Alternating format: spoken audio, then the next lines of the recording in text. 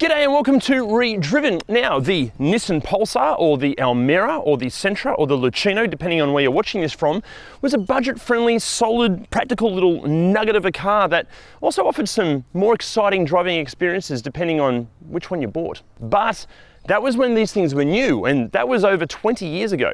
So what about now? Like, these things have been on the planet longer than the iPhone, YouTube, and Billie Eilish. So have they stood the test of time? I mean, the car, not the other three.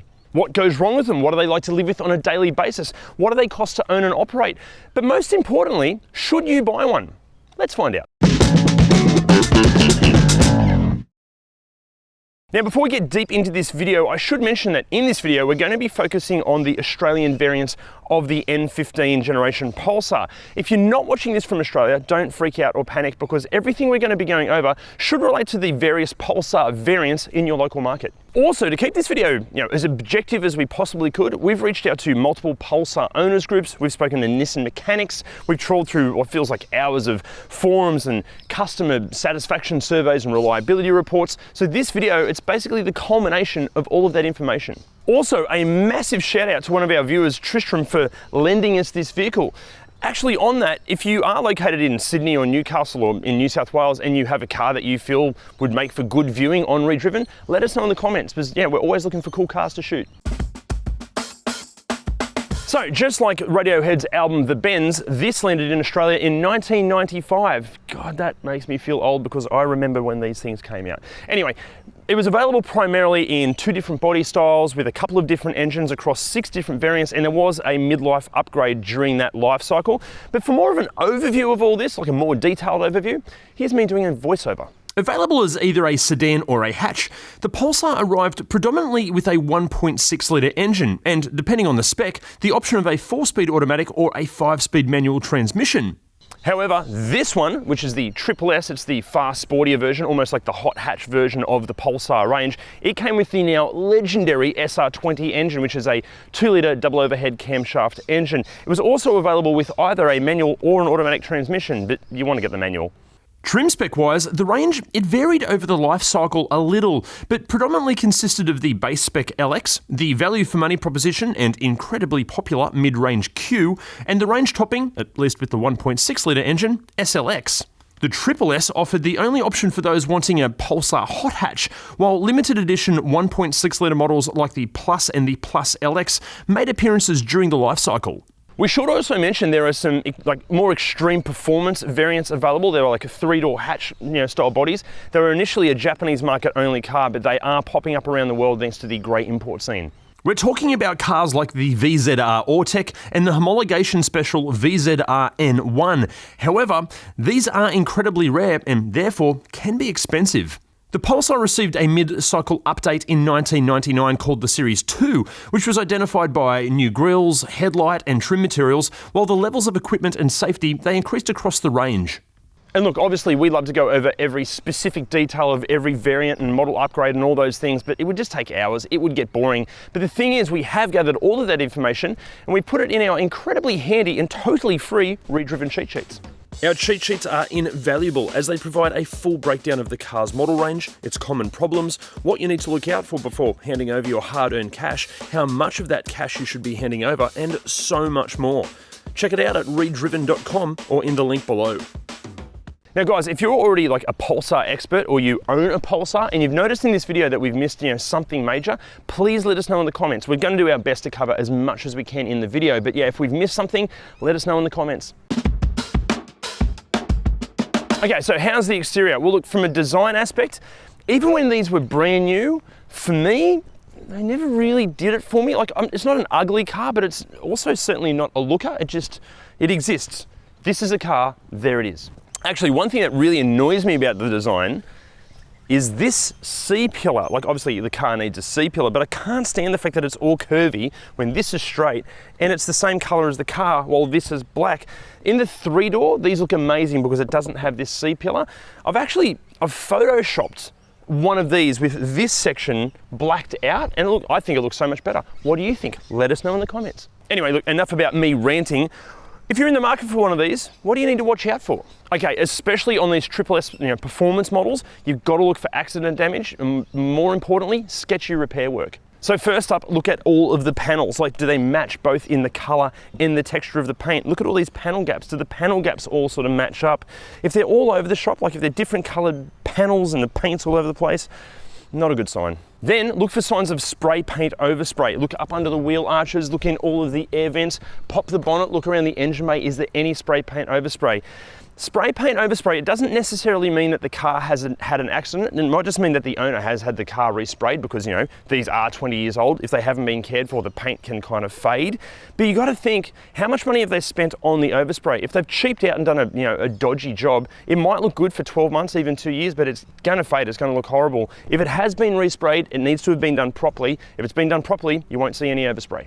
Also, because these things are getting really affordable, we'll get to what they cost to buy in a little bit, a lot of owners aren't comprehensively insuring them, and they're also not that enthusiastic to spend thousands of dollars to repair them if they have an accident. So make sure you go over the whole thing and look for sketchy repair work, like if the plastics aren't matching or if it doesn't feel right, might be avoiding that car. Now, we will be going over the Pulsar's, common faults a little bit later in the video. Okay, so how's the interior? Well, first of all, my God, this brings back memories. I think the last time I sat in one of these would have been like 1998, and it's just 90s. It's like a sea of black plastic. All the plastics are quite harsh, but it also feels solid. Like everything feels kind of rugged in here. Just the memories, man. As far as ergonomics go, look, it's not too bad. There's like an okay amount of adjustment, but I personally can't get perfectly comfortable, even with the steering wheel. Like you've got some adjustment here, but obviously no telescopic adjustment that didn't exist in the 90s. Everything is easy to touch. Everything's in a good spot, but just the seats, I can't quite get comfortable. Also, it's a pretty small car, but it weirdly feels kind of spacious in here. I think because the A-pillars are so, incredibly thin, probably because it's quite unsafe. We'll get to safety in a second. It doesn't feel small, like I don't feel cramped in. It actually feels quite airy and spacious. Now, how's the wear and tear? This is pretty amazing. Like this thing is from 2000, so 22 years old, over 350,000 Ks on it, and wear and tear is really good. Like even the steering wheel, like it's wearing a little bit up here on the top of the leather, but like considering how old it is and how many kilometers this thing has done, like everything feels still really solid. Like, well done, Nissan. Like even in terms of the buttons, like there's only 7 of them, but like they all feel great to use. One thing I should mention, but it's so refreshing to be in a car of this era that isn't drenched in aftermarket stuff. Like, yes, it has an aftermarket shift knob, infotainment system's aftermarket, but there's no carpet bombing of stupid gauges everywhere. There's no painted plastics. It's nice that it feels pretty bloody original. Now in the back seat, I'm exactly 4.6 Sabian Evolution HHX ozone crashes tall. This is in my driving position. And it's interesting, like I have knee room, I have foot room, but I'm sitting so low, so I kind of feel like I'm, curling into a ball. But it's kind of comfy back here. As far as wear and tear goes, I can't believe this car's like 22 years old and has 350,000 Ks on it, because what wear and tear? Like you can tell it's aging just from purely the design and the materials used, but it feels really good back here. Okay, so how's the tech? Guys, this is from the 90s. So, the best tech you can expect is probably like a fax machine, and it doesn't have a fax machine. But for an overview of what tech you can expect in here, here's me doing another voiceover. Depending on the trim spec and year, equipment fitted may include a 2 or 4 speaker stereo, a digital clock, a radio cassette or CD player, air conditioning, a trip computer, remote central locking, air conditioning, power windows, and actually that's about it. However, the good news is, as this owner has found, being a double DIN head unit, you can easily fit aftermarket head units. So if you want Apple CarPlay, Android Auto, any of the mod cons, easily fitted. But for all the details of which Pulsar gets what levels of tech, just jump on ReDriven.com and check out that cheat sheet, or click the link in the description below. So, is it practical? Well, yes. Like it's got a good size boot, plus these seats fold flat. So for the size of the car, pretty practical on the boot. Practicality in the back seat, well, you've got a spot here for life's filth, and speaking of filth, there's also an ashtray. Ugh. And practicality up front, you've got a tray up here for your passenger's iPhone, which is interesting because the iPhone hadn't been invented when this car was around. You've got a pretty good sized glove box there. You've got a spot here which is perfectly sized for some extra peppermint gum. Fits just like that, which is fantastic. You've got 2 cup holders here, which they're quite small, so they're good for pretentious small coffees like Piccolos or like a double ristretto macchiato, but no big bottles are going to fit in there. You've got a ashtray and a cigarette lighter. Just disgusting, so gross. You've got a small little bin here. You've got door pockets, but they're only really good enough for things that don't have a third dimension. You've got a spot for your life's deep, dark secrets in here. They'll all get caught up in there. And finally, there's like a deep, dark chasm down here. It's incredibly deep, but again, it fits the phone really nicely. So it's funny that like a little 2-litre hot hatch from the 90s is good for multiple phones. Interesting. Okay, what commonly goes wrong with these things? Well, look, we're going to get to the mechanical stuff in a little bit, but let's start with the exterior. Well, you know what? In terms of the exterior, it's actually pretty good news. Not a whole lot commonly goes wrong. There are the odd sporadic reports that there can be some rust under the mirrors here, but that's mainly on Pulsars that are situated close to the ocean, and very rare reports that Pulsars with remote central locking, that the locking can malfunction and not lock or just stay locked, but we're talking rare circumstances. In terms of exterior, it's pretty bloody good. And common problems inside. Well, you know what? It's kind of like the exterior. Nothing really goes wrong with these. There are the odd sporadic reports that some lights on the dashboard can go out, but that's incredibly rare. Nothing really goes wrong in here. But before you get into mechanically what can go wrong with these things, I've got to ask a favor. Can you hit those like, subscribe and bell buttons if you're enjoying this video? And if you're enjoying ReDriven in general, can you share ReDriven as much as you can? Because the more you hit those buttons and the more you share our content, the more of these videos we can make, and that's just all we want to do. Now, mechanically, what goes wrong with the Pulsar? Well, I'd love to tell you, but I'm not a qualified mechanic, but Jim is. Some say this era of Nissan was peak Nissan. And I reckon that's a pretty fair call, because back in the day, these were a pretty good thing. Now, having said that, if they're still around today, it's only because someone at some point has really looked after it. If it's had regular services, the naturally aspirated SR20 is actually fairly reliable. Some of them had a few timing chain and timing chain tensioner problems along the way, but definitely not what you'd call a common problem. But if it's got high mileage or a bit of a sketchy service history, that's something you might replace. You'll know it's no good if you can hear a rattle on cold startup. These things are over 20 years old now, so if you're having a look at one, have a look at all the usual old car things. Have a look at everything made of rubber, all the cooling system hoses, the brake lines, have a look at the drive belts and engine mounts. Have a good look at the radiator. If the top tank on the radiator has turned brown, that means it's aged and fatigued and it's likely to pop. So you might want to put a radiator in it. They're fairly simple old cars and relatively easy to work on, and most of the commonly needed parts are all still available and fairly affordable. If you've got a bit of mechanical aptitude, you should be able to work on it yourself fairly easily. Okay, is it safe? Let's just say that it feels like safety was maybe an afterthought when Nissan were building the Pulsar, because only a few models actually came with airbags. Most of them didn't get it, and even ABS was limited to the higher spec models post the 1997 update. But for an overview of what safety equipment you can expect in the Pulsar, here's me doing another voiceover, but this time I'm going to do it like I'm flirting with you in a cafe. Oh, hi there. Yeah, I'll just have a piccolo on oat, please.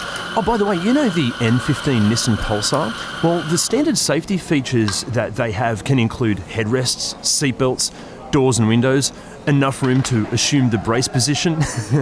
Yeah, and while novelty religious symbols hanging under the rearview mirror are optional, Nissan, they weren't willing to confirm or deny their effectiveness. Thanks so much. But for all of the details of which Pulsar gets what safety tech, just jump on ReDriven.com and check out that cheat sheet.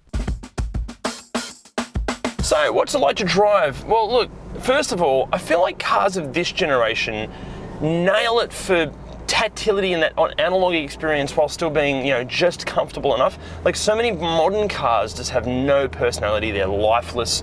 But then cars older than this, they can be almost too much information, a little bit too hard to drive. Cars of this like 90s and early 2000s period nail it. And this Pulsar, like it feels mechanical, like everything feels connected. Like the steering, you know it's attached to the front wheels. The gear changer feels notchy and nice. It is a little bit loose, but the car's 20 years old, more than 20 years old, so you got to excuse that. But like negatives that we'd normally go over, like rattles and squeaks, like we've been over some bumps. There are a few little rattles here and there, but nothing too bad. Wind noise isn't too bad. I'm kind of surprised at how good this car is. Like even handling wise through there, nice. It's good. It's a good, honest car. Like even power wise, like we're kind of in a suburban area, so I can't give it the full beans, but like,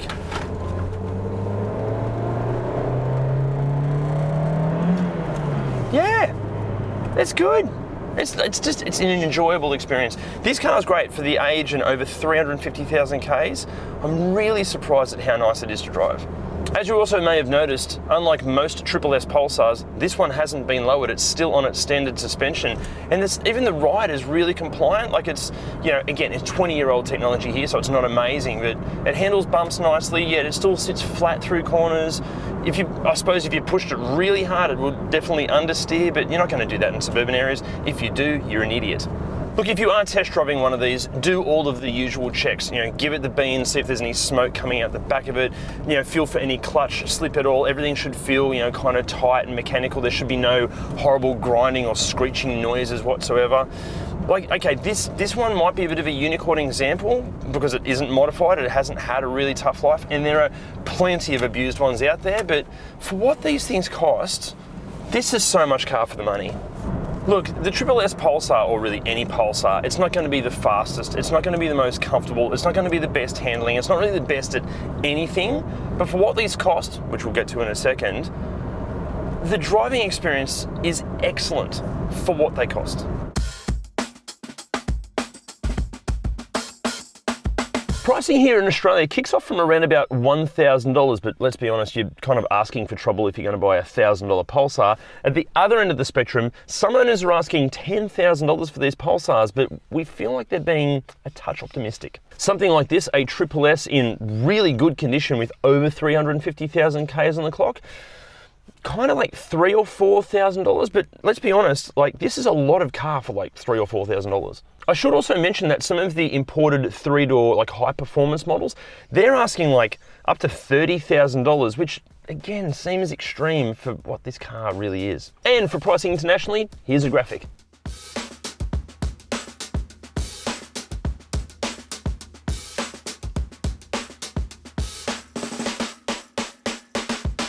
Nissan claim a fuel consumption figure of anywhere from 7.6 litres to 9 litres per 100 kilometres, depending on what size the engine is, automatic versus manual, body type, all those sorts of variables. This particular car, being a SSS, is claimed at 9 litres per 100 Ks, but what it's seeing, or what any SSS is seeing, is again going to vary on so many variables, like how heavy your right foot is, what mods have been done, how many kilometres are on it. It's going to be all over the place. Nissan offered a 3-year, 100,000 kilometre warranty on all of these Pulsars, which equates to these only just running out of warranty 19 years ago. Servicing is recommended at every 12 months or 10,000 Ks, and with how old these are getting and how many kilometres are on them, don't miss one of those services. Also, if you are in the market for one of these, especially a SSS, make sure you join the owners groups. We did a heap of research with them. They were incredibly helpful. Owners groups, you guys are legends. Join an owners group.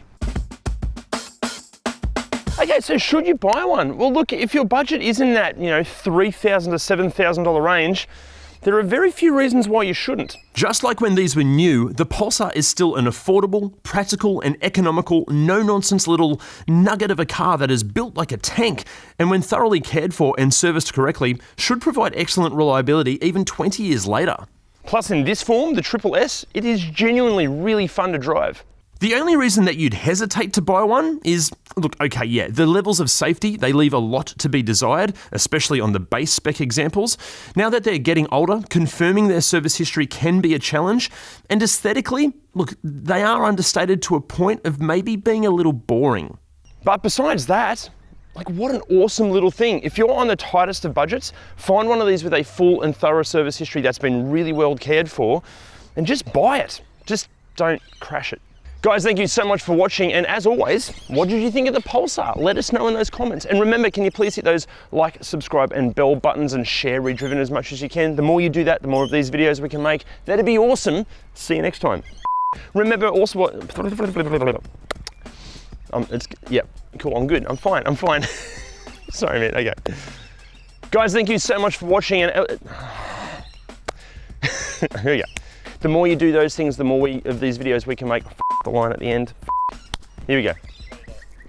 I know, like 3 million times I still can't get it right. What feels like hours of forums and customer service satisfaction surveys. I was so close. Could feel my brain thinking it. Hey swans. Hey swans.